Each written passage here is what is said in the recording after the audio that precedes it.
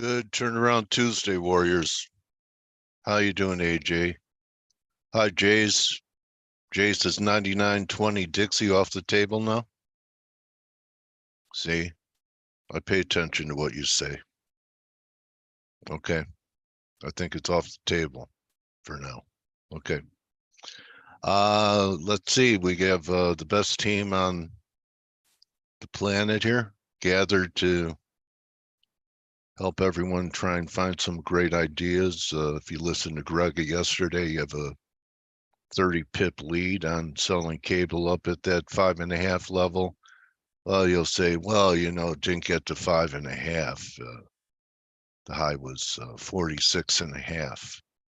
Well, you know what? Any target within 10, 20 pips to me is a bullseye. All right. So, team, how's it going? Morning, Dale. Hey, so I'd like to start with you, Ryan. So, you don't believe this dollar rally is for real. And, we're starting to give a little bit back, but it kind of feels like, corrective.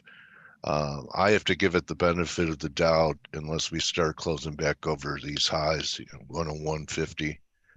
And I think that this is going to be the most hated dollar rally in history. So anyway, just like, hated stock market rallies. So anyway, look at this again, guys. Dr. Copper has terminal cancer. So, it's been breaking down hard, it's starting to diverge down here. I think the market could ignore these things for a while, but not forever. And so let's start off with you, Ryan. Anything that you want to do in euro? That's a pretty feeble bounce if that's all it has in it. Yeah, I've got a bit of a zone here, 108.30 to 70. One of those, those traffic zones you get where the price always knocks around in it. It's been on my chart for years. It looks clear and it doesn't look clear. We're not getting back above 109. That's the big signal I'm taking from that. So if you're bearish the euro, you can short at 109. Like you said, you don't need to give it much, 10, 20 pip stops. If you're wrong, get above 109.40. Perhaps that's your secondary level. That's where I'd like to do it. Yeah, that's what held me back from shorting cable. I want to see if euro has that in it, and if it does, then I'll really know if this. Yeah. So because if you're a scalper, you hit the 109. Yeah. If you're a bit more, patient like you are, you hit the 109.40. And that's your marker. That's a big zone. Yen's lower today, Ryan. Anything out of Tokyo? Apart from the stock market going gangbusters and the government giving the clearance for energy prices to rise at energy firms by 14 to 42%, which is a big deal for the inflation picture over there. But otherwise, dollar yen's really following yields again and following the debt story. So it's more the dollar side of things. But yen pairs all had a little bit of a dip this morning. It's pretty, and a little is the correct adjective, right? Yeah. A little pullback. I mean, this is really, look at this pullback and then look at this pullback. There, even the dollar pullback, which is shallow, looks, compared to the yen's even more shallow. Kind of tells me, let's talk about yields right now, because I think that in this market, which is 20-year paper, 10 years look better, but the longer dated paper, which means maybe yields are going to steepen. Look at that. I mean, it's called about 11 higher. Yeah. But it's sure taking its time. And I know Greg likes it. And a few weeks ago, I was looking for the breakout. It's not happening.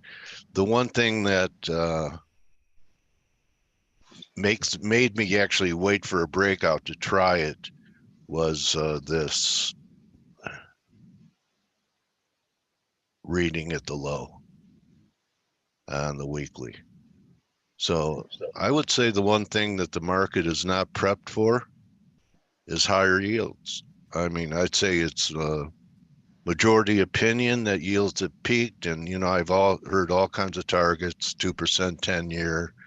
The extremists saying we're going back to zero, but this looks like a market that could be on the verge of breaking down, and maybe that's not, maybe they're worried about the debt ceiling getting passed, and that's going to create huge supply of bonds and notes because of all this time they haven't been able to sell any. Well, So we had this conversation on the Flow Show and put Stel in the hot seat about it this morning. There really is three scenarios from the debt ceiling stuff. One, they default, which is the worst thing, and then yields probably jump because the market's going to demand a premium. okay. They do a short can kick to September, which you might get a little bit of relief rally, but it's not going to be anything big. And then they kick it 1-2 years down the line, which is the same as what they've always done for the last 70 years. And so there's all situations where yields could rally. The first one was the risk premium. The last one is that the market's been, maybe piling into 10 years from the short end, and they're going to reverse that. So then you'll see yields go high anyway. But it's what we do after that. If we get the 2-year can kick, 1 year, 2 year can kick, the market's going to trade it. You see stocks bounce. Like it. Yeah. Then that falls out the trading scenario. We're back to trading the fundamentals, what the Fed's going to do, what rates going to do, and then you get the next round of what moves yields story. Yeah. Okay. Maybe risk off would. I think only risk off could save the bond market here now. That's how it feels to me. Maybe. So yeah, and I wanted to bring in. I know a lot about technical analysis. You guys know that, but there are things I don't know, and I think Blake knows every formation. Could this be a diamond, Blake? A diamond top where you have this, and then you kind of have, this, and then you have this. Absolutely, 100%. Okay. All right. So I mean, I don't look for them because they're not as common as people think, and I think people try to seek them out, and they're not common. But they often show up as actually triangle consolidation. Yeah. So if you're looking at a triangle, and then you fail to look left, and it looks obvious after the fact, but when you're looking at a triangle, you go, oh, you know what? That's actually a diamond. But yeah, I mean, that could be a diamond reversal pattern setting up, but that doesn't mean, I don't think at this point it means, step in front of it and start getting short. Okay. Yeah. All right. I know a lot of the bears want to see 43.15 to try it up there at 61.8. And I could understand the setup because you'll have the universal embrace about a 4,200 breakout, where the technicians will say that, and then fundamentalists will say, see no recession. That's what you're waiting for, aren't you? I think everybody is. I mean, that's what I mean.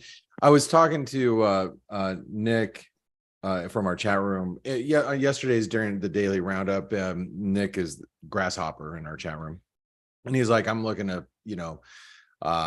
trade a break failure. It doesn't matter if it's a break to the downside or break to the upside. And I think we all have to before we just start stepping in the market and doing something like that, you got to think about why the market spiked up or spiked down for whatever reason. So we went through a bunch of different scenarios, and to be honest, I'd love to sell a break in the new highs, especially if it was on a resolution, because I just heard what Ryan said and what you guys were just talking about, because then we will go right back to the fundamentals, which, by the way, look pretty bleak. It looks like we are going to be stepping into a recession here in the US and probably globally over the course of the next 6 months. So why would I want to be buying risk into that? I don't. And I don't think the Fed is going to be riding to the rescue. No, I don't think that we haven't seen inflation like this since the 70s. And I remember being in the 70s, a kid in my parents' car waiting in line at the gas pumps, and so I've never dealt with anything like this as an adult, and nor has most traders out there. So I think that this is that time is different type of story. Anyway, yeah. I know you're going to bring in the rest of the team. Right. I can talk for days. There you go. There you go. Diamond. There's a diamond. So and they are forever. Yeah, and unless it's a cubic zirconium, and then it won't be a diamond top. It'll blast off to the upside if it's a QB. All right. So I want to bring Kman in. I know you're trading precious metals. Hi. How are you, bro? Yeah, good. I know pretty good, man. I know we talked about this 2000 level, had a little bounce off it. Here we are again. Yeah, we are. We knocking at the door too many times for it to hold 3 times? Yeah, after this Chinese data, it doesn't look great for whatever there is out there, whether it's metals or commodities or so. That's why copper got killed again today. Those bad Chinese data. Yeah, I'm surprised they release it if it's bad. They put in only half of the expected industrial production growth, so that's not a great sign. So whatever there was positives, they knocked it out of the market a little bit. But we have to respect that, right? 2000, sure. Having tested it already a couple of times. 1990 is also waiting behind, so or under there.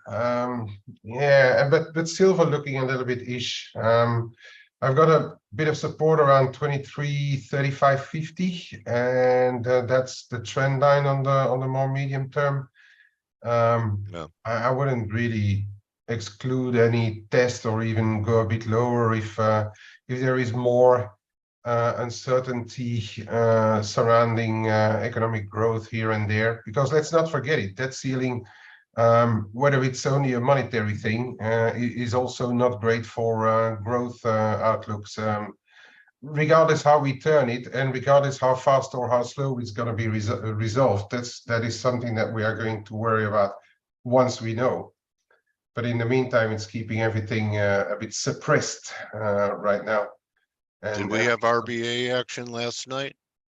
No, there wasn't. I think there was some RBA. What was it? I think it was the meeting minutes.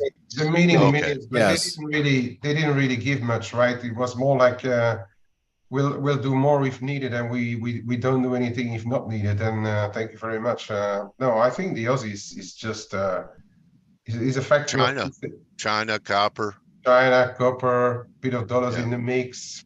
I mean, but fact is, we are staying below. Well, first of all, 0520 and then 6740, and that's now important for those who went, because that was a bit of a team effort to go short around 68. For those who are still short, it's very encouraging that this 670520 and then 6740 is capping on the Aussie dollar, and also. Aussie crosses are looking a bit weak, so there's still some room to the downside, and we could actually building. Can we be building? I'd like to see this, wouldn't you?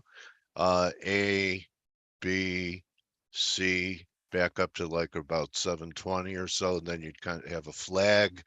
Here's your flag pole, and then you can make measure moves to take it underneath this low. Yeah, so where does that take you? 67.20 or 40 or? Yeah, I mean, range. That would be for those who traded on a purely technical basis. If you look at that would be some kind of an ideal reset to sell it again into such a. I am watching those two levels. I'm sold it again a bit early this morning. I was in a bit early. I didn't even wait for the 67 retest, but I think it's pretty doable that Aussie is going to have a look lower, and 6640 is going to be your your barometer on the downside, right? You did a bit of a double bottom on the really short term, and if that goes again, then we're probably going to have a 65 print sooner or later. And for the rest, yeah, we are as Ryan said, we discussed a few possibilities on that debt ceiling. That's going to be a big driver, right? Because it's going to drive yields, and it's going to, by correlation, drive all the rest. Yeah. So I was looking for 84 in gold silver ratio. Here we are. You know, I don't know if this is going to be it, or, you know, this is real important and we're going to keep going up here. I will say this, that in the miners, which you can use for a clue, the difference between the way the gold miners look, like here's GDX, and it doesn't look bad. I mean, I think you'll be able to buy it in the 30s, but look at what's happening. That looks pretty much a perfect overlay with your 2K on gold, no? Yeah, so you know, yeah, GDX, but look at the silver issues compared to the gold issues. Okay, they're see how much weaker they are. Even this one weaker. AG, like we could try new lows. Here's the juniors. Anyway, silver miners weaker than gold miners, so maybe there's more left in that gold silver ratio. And it explains your acceleration in silver to the downside versus gold as well. Yeah, when you look at those things, right? They're pretty well correlated. They're completely correlated. Yeah, so if you look for an early indicator, perhaps look at those at the miners then. Okay. For the rest, I really don't have really much to say right here and now. We're in tight ranges on the euro. Dollar yen is okay. The yen is a bit more of a risk currency, starting to be a bit more of a risk currency as well. But then, just following the yields, I do find it holding pretty well, this dollar yen, I must say. And as I said, I mean, it's hard to trade it on a more longer term right now because we don't know about the debt ceiling, but it's holding pretty well, I find. Dollar yen. Okay. Yeah, it is. Despite when we look at all the rest, when you say that all the rest is risk related due to lower growth in China, whatever, the yen didn't really benefit that much, right? If also if you look at stuff like sterling yen or euro yen, it's not coming off that much. Yeah, Aussie yen. Yeah, China. How about yuan? It looks even better than yen. I think they're pretty. They're kind of sisters or cousins, aren't they? They related. Sisters, but not from the same parents. Okay. Both adopted. Yeah, I think so. Yeah, on the China, I think we're slowly on our way for a retest of the 7 level. It's not far. It's it's right there. Like 0.34, 0.3%. We're there, right? So yeah. And then it's going to be decided whether we break through 701 or 2. I've got something there, and if that goes, then we go higher. But before that really breaks, I don't think that a new position should be initiated here. Brian and I both a bit long. I'm going to take it off if we see 7 and then reassess. Nat gas bottoming. Yeah, but it's came a long way, huh? Yeah. It's come a long way, so it could be bottoming. Should perhaps be bottoming. Should it? Yeah, because we are going into the summer. The reserves are full, but then perhaps we are starting to think again what's going to happen in the come autumn, and who is going to need to attack their reserves again. So perhaps we are. It looks like a rounded bottom that you're showing there, right? From it's been going on since February. Mm-hmm. Yeah. So you know, what's the expression? The longer the base, the bigger the launch into space. Oh, is that it? Okay. Yeah. Learn something new. My day is good. Okay, and Bitcoin's still under pressure. Don't look at me for Bitcoin now. Okay. I'm looking at you. What are you going to do? Run away now, man? Come on. I'm still 30 feet, 30 bucks, not 30,000. Did everyone get their silos filled? You're going to want your Wheaties. You're going to want the Wheaties. There's a huge El Nino going on. Should be looking for loaves and beans. See, wasn't that one that was supposed to rocket those beans? Were they supposed to go higher a while ago? I mean, I'm just asking. Well, they had this rally. It was weak, but I do think that there's important lows coming up in the grains. There's corn that looks pretty lousy. Their values. There's wheat. I mean, look at where it was before and in the invasion. So if you think things are improving agriculturally in one of the biggest bread baskets, but yeah, I think a lot of people just got killed, just like oil. It's a very similar looking chart to oil. You should look at you should one day, but perhaps now it's too late for today because we're going slowly into the numbers. But we can have a look one day at the European gas. Guys, we're less than 10 minutes away from Canadian CPI and retail sales data, which is going to be the most important data of the week. I hate to interrupt. Just wanted to let you know we've got about 9 minutes. All right, why don't you come in and share your thoughts before that? Do you want to? Okay. Yeah, I got it. Okay. So let's discuss some of the data coming out. And matter of fact, I'd love to get you guys from the European show. Stelios, Ryan, Kman, did you guys have any thoughts going into Canadian CPI today? Because Canadian CPI, let's talk with that first, and we can discuss the technicals on the dollar CAD and the Canadian yen. Because the dollar CAD, as you can see, we're like kind of trapped in the middle. I would call that in the middle of this range here. You can see we're right pretty much in the smack dab in the middle of this range. You can see it right there. So any thoughts that you guys had going into the Canadian data today, the Canadian CPI? I used to like Moosehead. Personally, none at all. So over to the others. Trying to guess the number. I mean, yeah. Let me ask you this. Do you think Canada is going to follow the US, and you think CPI is going to come in a little bit more softer?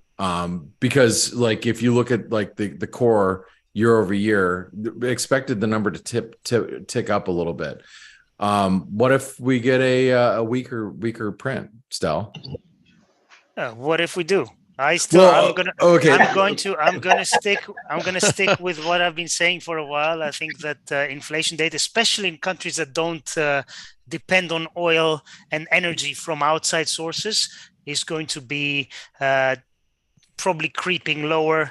If you ask me what I think it's probably going to disappoint slightly to the lower, to the downside. But who knows what the number is going to be? But yeah, I think it's going to probably continue lower. But I said this on the Flow Show. I think I've got a bit of a gut feeling that the BOC might be close to doing an RBA if inflation is a bit stickier.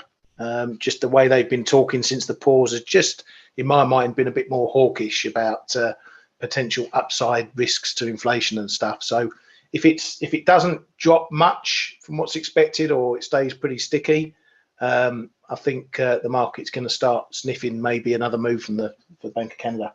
Well, that's actually a pretty good pretty good analysis, because if you take a look at like the Canadian yen, we are right up against what I would consider triangle resistance. And if the data comes in strong, we should break higher out of this triangle resistance. Flip side is if it's weak, we should come right back down towards 100 yen. So that's a good thought. I like that. Kman, you don't have any thoughts here. Let's go into U.S. retail sales, because this I think is going to be pretty important. The Home Depot numbers came out, and as Simon was posting here, I'll just get over to the Here's the chat room, the general chat room. So just way we can see the data, because he posted it here this morning. First thing, as soon as I rolled out of bed, he threw this out at me because he knew I was looking at it. Here's Home Depot's data, their earnings overnight, and overall, you start to look at some of the guidance of, Home Depot, and you got some of these other retailers out there. Retail sales, are they going to be able to sustain as the consumer continues to get pinched here in the U.S.? I've watched a lot of videos and a lot of analysis from different analysts saying that we're probably getting close to that inflection point where consumers are tapped out. And whether this is the month or not, I'm not sure, but I think that is a risk for the U.S. But I hate betting against the U.S. consumer. So what's your thoughts here? But they're saying record traffic and travel for Memorial Day. So they're really? not broke yet. Yeah. Everybody's still got credit cards to tap, I guess. Yeah. Dale, you have any thoughts on retail sales and what you might be looking at with the dollar? Well, I'm going to go with what happened last week is real. And I'd sell euro 109.40 if the dollar weakened. And if the pound takes out the early high over 46 and goes like to 70 or 80, I'd sell that too. So I'm looking to buy a break, buy dollar weakness. All right. And the euro, by the way, just so you guys can see, it backed itself up right to the breakdown point earlier today when it peaked its head above the 109 level. So that's just something that we should be paying attention to. Stelios, what do you have any thoughts here going into retail sales? Well, like you asked, I find it hard to see how the consumer can keep spending given the pinch. And also, employment seems to be going okay, but when you look at the details, it's not really the quality is deteriorating. So I think chances are we get a disappointing number. Remember, the retail sales number is in the US is not inflation adjusted, right? If I'm not mistaken. Yes, it isn't. It isn't. Okay, so we have to keep that in mind when we look at the number. Yesterday's number was the worst in history, I read. That manufacturing. Worst in history. The Empire State one. Yeah. Well, that was a very disappointing number. Historical. Yeah, it was bad. That was it's not just that it was a bad number, is that we were expecting, from positive 10 or 11, wherever it was before, we're expecting a slight drop below zero. It came in minus 30 something. I mean, 31. That was incredible. That's awesome. that's incredible. I think we should all be like really cheering that number. It was horrible. So yeah, these outsized numbers, and it did move the market. It's interesting it didn't stick though. That was the more interesting thing to me is you see some of these numbers come out and it's got to be alarming, especially if you're an economist and you're looking around trying to figure out the future path of monetary policy. But Steve, heard your voice here. Any thoughts on retail sales as we go into today? Not really. I don't want to assume how numbers are going to be, right? We are waiting for an improvement in retail sales, going from negative back to positive. So I assume that if these expectations don't prove to be right, that's going to be a big disappointment for the market, because don't forget, we still live in the era of this belief that consumption is the driving force of economic growth, which of course isn't the case, but that's what the market goes with.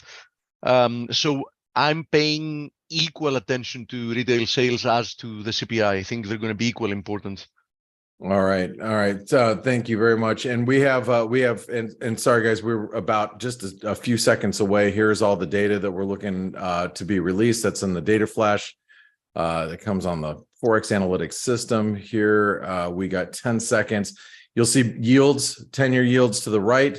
Dollar index to the left, S&P, see its reaction right in the middle here. Stand by. And we should probably pull up Canada, but what the hell? Can't cover it all. Canadian CPI came in stronger.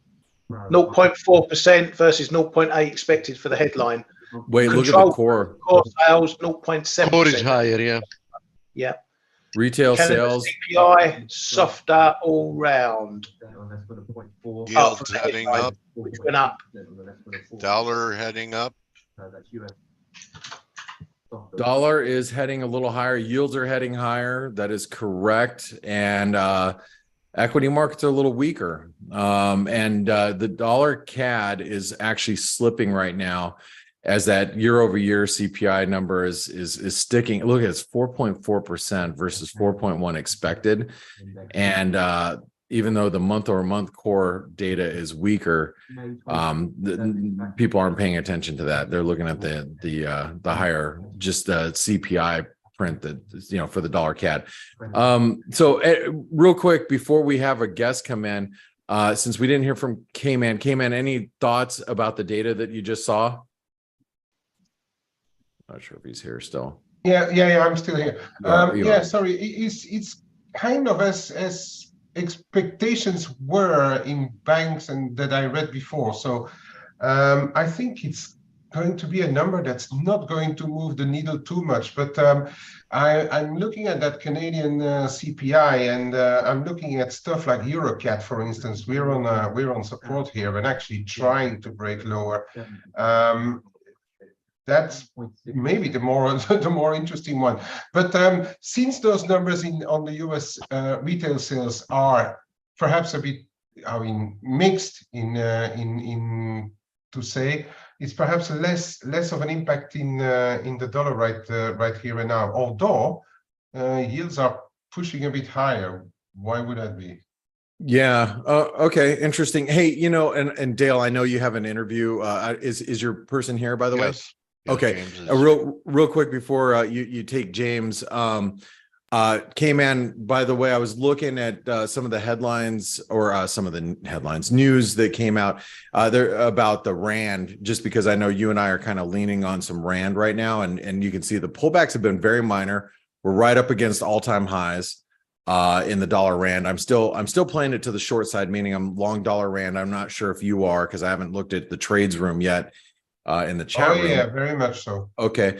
The thing I noticed that there was a Bloomberg article overnight suggesting that the U.S. is not going to unlikely to sanction South Africa. I noticed that came out. I haven't had an opportunity to read it. Any last minute thoughts there as far as what's going on in South Africa? 3 tests already of the 19, and it looks we are finding bids there. To me, 80, 70, 80 is going to be where it really plays ball or not for now. But the 19 already holding, that could be very encouraging for those who are long. But it's moving fast. So any news on those arms or whatever that could change the picture somewhat. But fundamentally, Rand should still be on the defensive. That's my base view. Yeah, okay, I'm with you. I just wanted to say that if you notice, like just the latest surge higher, the pullback has been very limited to the 38% retracement, which is indicative of, or it's kind of a tell, if you will, that we've got a nice bullish trend intact. And considering the fact we're at all-time highs and we're not backing off, I think the risks are starting to mount that anybody who's short is probably getting a little nervous. So, all right. Thank you very much. Any last minute thoughts before we pass it over to Dale? Anybody? Yeah, I'm from Dale. Watch TLT for a breakdown today. TLT. You got it, buddy. TLT. We're looking for TLT for a breakdown. And we're coming out of that wedge or out of that. That's what I'm pennant, talking about. So yeah. That means good eye, Dale. Higher Eagle Eye yields coach. in a weak environment. And what a great guest we have today to talk about what's happening in metals under pressure a little bit lately. James, welcome back to F.A.C.E. Thanks for your patience, buddy. How are you?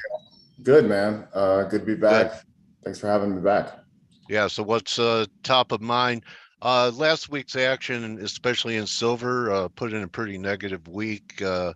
I know you're a long-term guy, but who was selling silver last week, buddy?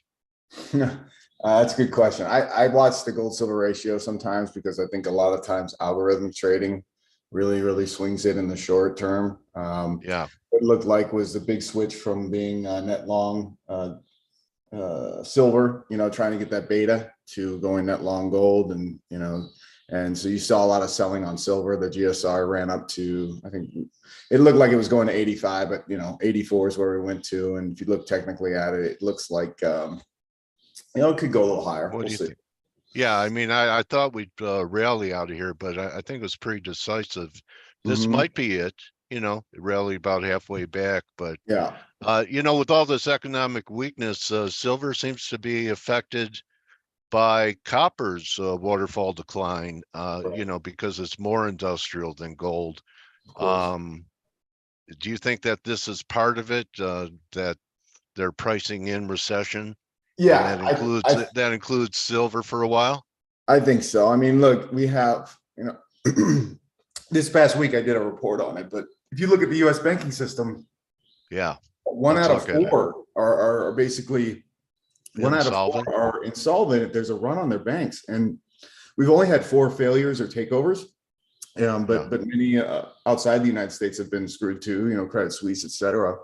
Yeah. But in that data, within that data, deep in that data, it means if you go looking, you can see that there's GSIBs involved in this. So some GSIBs on a mark-to-market basis, if they have a run, could end up becoming insolvent. And that's a really big implication, because GSIBs are, part of that G20 agreement, that if they were ever to go bankrupt, you'd have a derivative event, right? So ultimately, I think that's where this all goes to, toward a crescendo of absolute chaos in the banking system. So yeah, I mean, it's predictable that we'll go into a banking deflation. We'll have banks collapse. You'll have commodities sell off, and then at that point, when they come in and they rescue the system, get long commodities. I mean, it's it's the same old stuff. Like we saw a similar thing in COVID 2020. The spot market might say the price of gold is worth this, but in reality, you can't. Oh yeah. When silver went to 11, and you had to pay about what, 5 over spot to get it. More than that. I mean, $5 over. It went down to say 13 spot, and the physical price was low 20s. If you had a good relationship with a wholesaler, maybe you could get high teens, but it only lasted briefly. Yeah. So we might get a swoosh. And that would be the time scale into the swoosh. You have any support levels in mind? So I'm thinking 23, 22, extreme case 20. I mean, if you're looking in the next month, okay, I mean that makes sense. I'm looking at this confluence right here, James. Right. Yep. Yeah. I could see that. I mean, look, you could make a case for it to go back to 18 if we have a deflationary fall. Right. And you could have spot silver at 18 and the bullion price is going to be 30. Right. So that I could easily make a case for. Here's what you do. I would assume if you're a trader, if you're someone on this call, you're probably more of a derivative trader than more so a physical one. But what you would do is then you turn and buy whatever derivative you choose, maybe an ETF, and you park the capital in there to get the upside as it swings back when they go, bail out the system with, infinite burr. And then when the bullion market becomes more reasonable in terms of premium spreads, then you take those funds, take them out and buy the physical, because we're going to go through some charts if you want. I'd love to see. I get bored looking at my stuff. That's all right. That's all I stare at. Let me show you my screen then. Hold on. All right. Let's see here. Okay, so now you can see my screen. Yeah, the gold. All right, cool. All right, we're looking at a long-term chart of gold, and I obviously this isn't log. Let's go log. Okay, so it's pretty stable. 2000 now used to be resistance. It's becoming the floor. We'll see if it holds here. If we have a dip below, we'll probably get a dip below, and then a resurgence beyond again. So what I want to do is just kind of screen through. I want you to kind of think in terms of this full fiat currency era from the late 60s when the London gold price rig failed, and then everything went free floating with currencies, and you saw the 1970s bull and bullion. We have a similar situation. Guys. Yeah, we have a real similar situation developing now, but with a huge mix and difference in terms of technology involved. and the forces that are trying to push us into a new system with CBDC, et cetera. But the currencies don't lie. If the fiat currencies are devaluing, that's ultimately the biggest picture here. I mean, gold and silver, ultimately, all fiat currencies are going to bow to them both in various ways. So I want to go through some charts so you can see on a yearly basis, year to year, and get a better feel for, taking your US dollar glasses off for a minute and thinking this, because gold is a global market. The US dollar might have a lot of influence in terms of short term with derivative swings and such, but in the physical market, ultimately, that's what's going to win out. The rest of the world dictates what's happening physically. And gold has really performed in probably against the yen the best, right? Yeah, we're going to go through a bunch of charts, and Okay. you're going to see why the Swiss franc and the yen are going to bow eventually in time too. And we'll go through that, and you'll see it. I mean, a chart tells a trillion words. You know, I don't need to tell you much. You're with your eyes, you can tell. So here's the yearlies, right? Obviously the blue is a positive year and the red is a negative year, right? Yes. This is in fiat US dollars. We're gonna kind of fly through these because there's a lot of them. Okay, we're gonna move on to the next major. It's just the euro. Let me get that a little bigger here. 1 sec. There we go. Yeah. Okay, there's your euro. I mean, that's up and away. It's off. It's off and running now. Yeah. I mean, maybe you'll get a negative red bar at some point, but right now it's just blue bar after blue bar. We're going to the Japanese gold, right? Like this is one of the weirdest currencies in the world. Obviously, that carry trade was huge. I think it was used to suppress commodity prices in the 90s and 2000s. I don't have evidence for that, but that's my hunch. We'll go through some reasons why later, but this is in gold. You can see the cup and handle just bust out. The yen, obviously people tried to short the yen forever, right? I mean, and it's been a widowmaker trade, right? But ultimately the yen's going to devolve and then just explode in terms of, wait till you see the silver chart in this. It's one of the biggest clownish charts in the world. And I wouldn't even bring the platinum chart and the Japanese yen platinum chart. It looks like it's getting ready to break out. And so their silver chart is the most repressed, most depressed looking one. But when you look at it, it just screams value. Like silver has to go back to its 1980 high in yen for sure. And it's like fourfold away from that, like 3,500 yen for an ounce of silver. And I think the record is like 12 or 11,000 high in 1980. So should I move to Japan and buy my silver from there, bro? Here's the problem. I've heard this from people who live in, the expats that live over there. They say it's near impossible to find silver. There's like a lockdown on that market. You can only get platinum or gold in Japan. Like literally silver is like a taboo thing you cannot find. So no, I don't think it's going to work, that arbitrage. Okay. All right. Well, save me an airplane ticket. All right. So we're going to move on to the fiat yuan, right? I mean, you can see it's busting out of a cup and handle here. Yeah. And the Chinese yuan, it's the weirdest currency in the world. I mean, they could be letting out, they could use that as a release valve in the future and it could really take off. British gold, I mean, look at the fiat, not sterling pound. I mean, it's off and running, cup and handle bust out. Yep. We're going to move on to Indian, which is very important because India buys a huge amount of gold. But here's the issue with India.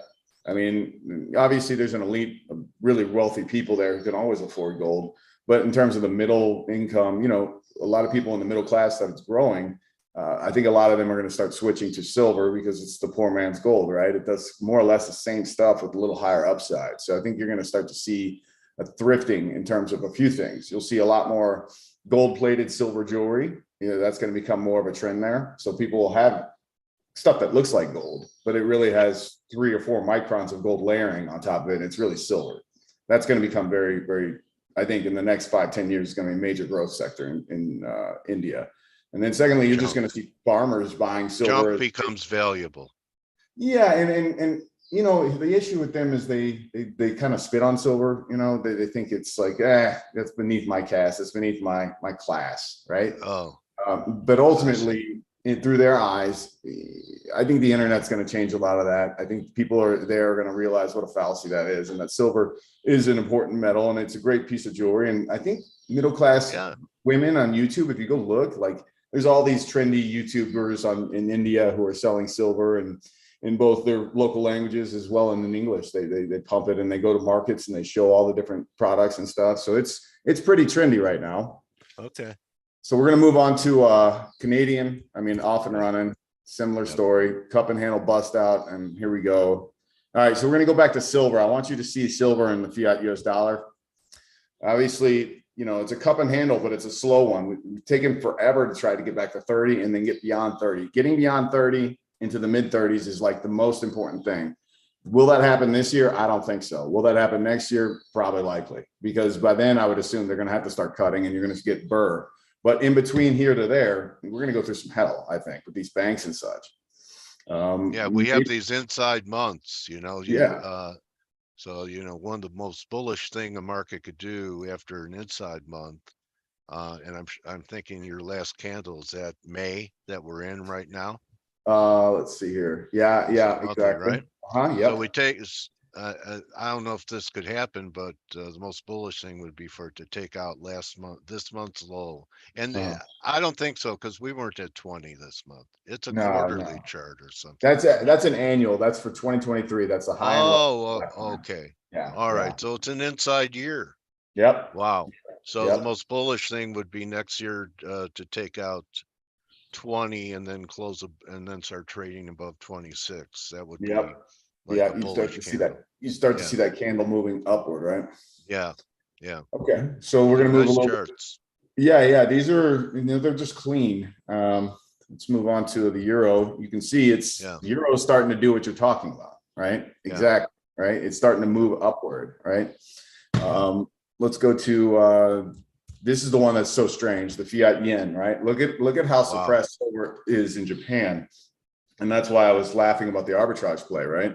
I mean, look at how high it got in 1980. And that eventually the yen will devolve and it will devalue so much that the silver price in Japanese yen will be 11,000. And you'll look at that chart and you'll think, oh, it's cup and handle breakout for like 5 decades, you know? Yeah. That's where we're headed. So just if you have a long-term horizon, you park a percentage of your portfolio in this stuff and just forget about it. Here's the Chinese, silver and the yuan. You know, silver in China has a huge VAT. It's really more of an industrial metal. I think they charge something in the teens, like 13% VAT on it. So it's not really, you know, they go for gold more so. India is more so the silver gorilla. Occasionally, like last year, they bought over 300 million ounces. Right now they're swamped with too much inventory. So there's a discount in the market and they're not importing as much, but they'll come back. Just wait a minute until you start to see more demand again in silver, and they'll come back and produce larger deficits in the overall silver market. So this is silver in Great Britain. You can see, you know, we're right on the cusp of a cup and handle breakout.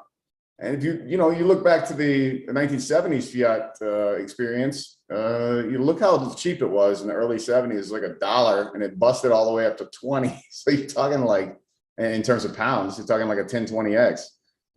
And so my hunch is before this is all said and done, you're going to see probably a 10x. You probably see fiat silver and fiat pounds. I'm sorry, silver and fiat pounds will be probably a couple hundred, maybe 200 before it all peaks and dives down and consolidates. But ultimately, that's the type of energy that's being stored here that's waiting to explode. And this is Indian silver. You're starting to see a breakout. Yeah. A few more charts, bro. We're almost done. Oh, I'm enjoying it. Good. Canadian. Yeah. Very, people they only take a look at these metals in terms of their own currency. And they need to, you need to put on different color across the board. Different color glasses, and you need to think in terms of how the world works in terms of the physical market, who's buying what and how much volume. And how are premiums now, James? They coming in, or is it's still a tight physical market? It's still pretty tight. Let's see, I was looking today in a wholesale desk. I was thinking about arbitraging and selling some silver eagles and buying lower premium format, and then maybe buying some platinum, because platinum's starting to look pretty attractive and it's starting to pull back pretty good. Yeah. Between you, me, the bird, and anyone else who sees this, a guy I respect thinks that platinum could revisit 800. Yeah, I'm just saying that. No, I completely agree. If we have like we talked about, a deflationary commodity price sell-off, certainly it could. Well, I think if it's going to happen, it should start happening now into July. Yeah.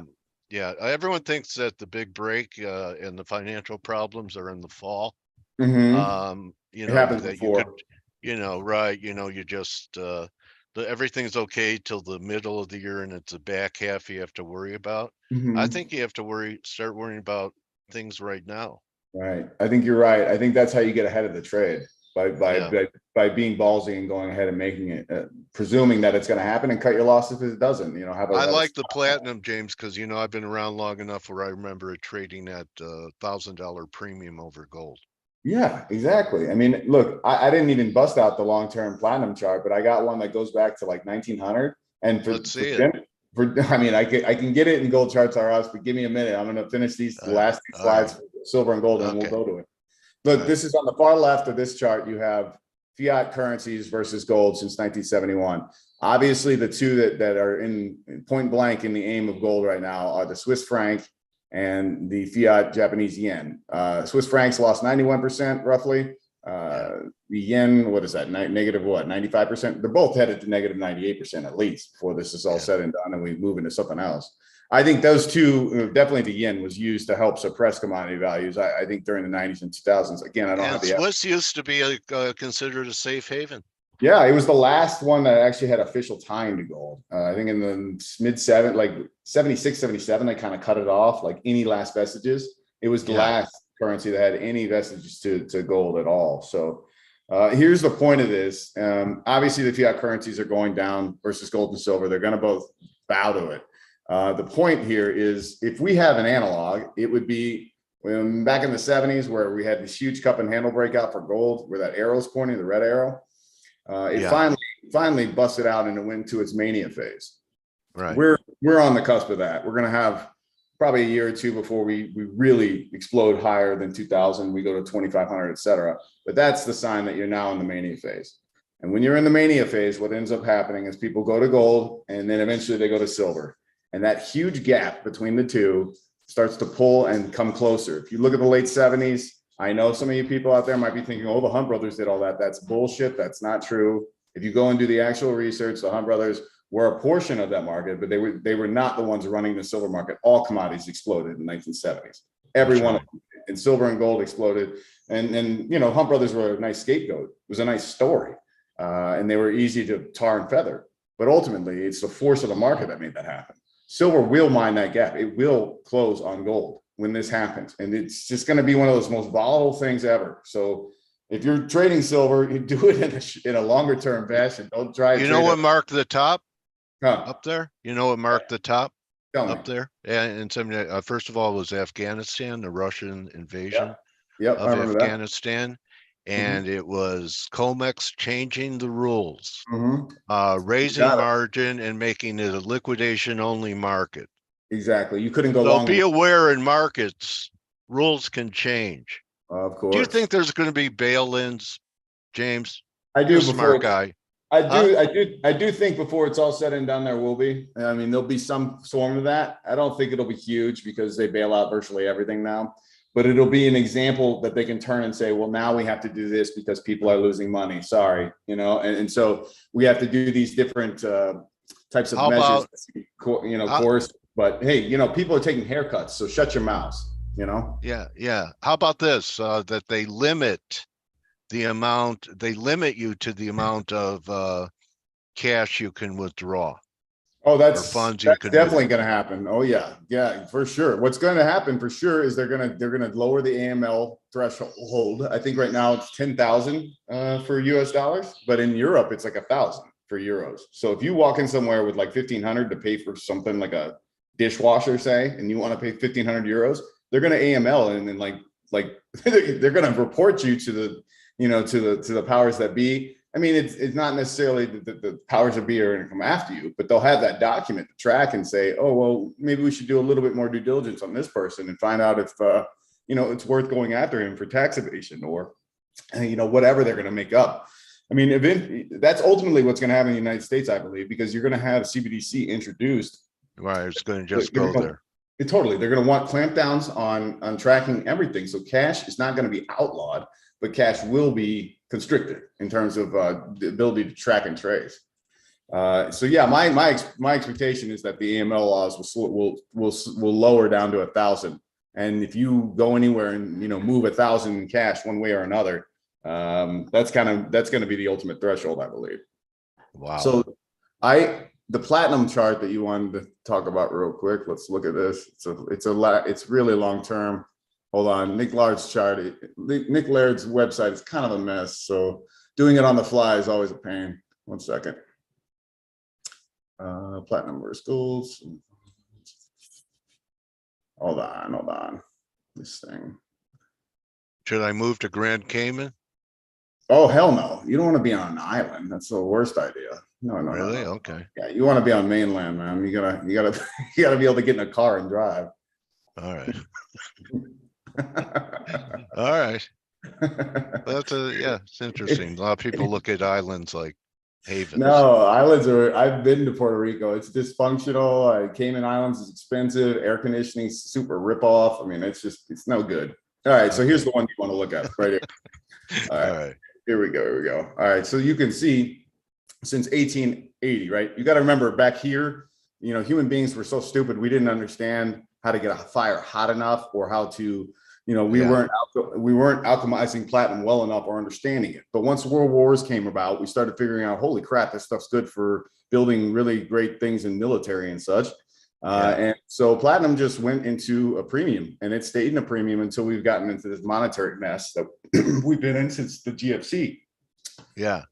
But ultimately, on the long term, platinum and gold to be near 1-to-1, that's normal, I think, because we still don't understand platinum fully. I still think that we're kind of cavemen in what we can do with platinum. And if we're trying to go interstellar, if we're trying to do things that are big, right? You need platinum, you need gold, you need silver, right? All these things are big. They're actually strategic metals, aren't they? Yes, totally. I mean, militarily, the United States government admits that you've got to have them if you want to have a badass military or if you want to do things interstellar like. So to me, this idea that platinum at 1,000 is not good long-term value, I think that's short-term thinking. I think ultimately, if you look out a decade or two, $1,000 platinum would look back as $200 gold, $250 gold, right? It'll just be one of those things where I should have loaded the boat on some of that, Yeah. That's it. I tell you, another eye-opening interview. Some great charts, taking a look, at things through other currencies. This platinum chart, it's interesting. All the cup and handles that are out there. It looks like 2020, maybe late 23 and all of 24 and 25 could be like the 70s on steroids. Right. And it's also, you got to throw in the mix of technology. Think about all the change that's going to be coming with the CBDC systems. They're coming. I mean, the BIS is working hardcore on that. Not just the retail ones, not just the ones that are going to jam on your phone and hand out stipends to people so they don't riot in the street. But they also have the MCBDC system, which is the back end. That's the other half of the currency settlement system. MCBDC is the market CBDC. It's basically what the central banks and the blessed, not bankrupt commercial banks will be using, and any other major businesses. So internationally speaking, there will be opportunities for international trade, and the US dollar will not be in the middle of that. They'll just do it directly. So what does that mean? That means long-term secular bearish US dollar, right? Yeah. When you have a system come on like that and it grows with technology, it goes quickly, right? It can happen very quickly. So the world can change in a blink of an eye in a matter of like 3, 4, 5 years. And you look back and think, whoa, that's a different world. That's right. And the things totally changed. The paradigm's different now. Hopefully, you didn't get caught, looking at the lights and get slammed by it. But you have to know that's coming. Those forces are in development. They're real, and they're coming this decade into next. Yeah. Yeah. Anyway, I wish I didn't know about it. Thanks very much, James. It's always great to talk to you. Thanks for sharing your knowledge with us and giving us food for thought every time you're here, buddy. All right, Dale. Well, it's a pleasure, man. If anybody's out there who's listening, you want to follow my work, it's an SD Bullion YouTube channel. I do every week on Fridays, I do a market update. So we do a lot of charts, a lot of data stuff. So if you're left brain, you'll probably enjoy that. I try and keep it fun and satiric and make some good wisecracks here and there. But Yeah. I keep it dry. I don't get goofy or anything like that. There, you know, there are rumors out there that you've modeled your interviewing style to me.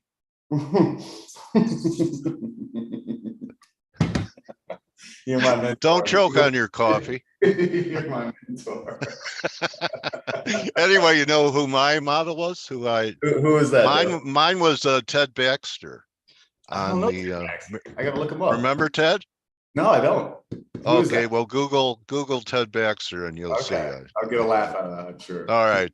So James Henry Anderson, everyone, and you could follow him on Twitter at James Henry and you know, follow him. He's open to taking your questions about anything in his arena, and great to have you part of our intelligence gathering. Thanks so much, buddy. Thanks, Dale. It's always a pleasure talking with you, man. My trading warrior brother, James Henry Anderson. Good hunting, man. All right, bud. Cheers. All right. That's a wrap, everyone. You could join the team in 15 minutes on the Morning Edge. Hi, Mandy. How are you? You're welcome. Everyone's thanking you, James. Oh, cool. All right. So everyone, good luck today. See everyone tomorrow. Don't just count your coins and bars, count your blessings, and try and figure out a place to go other than an island. All right.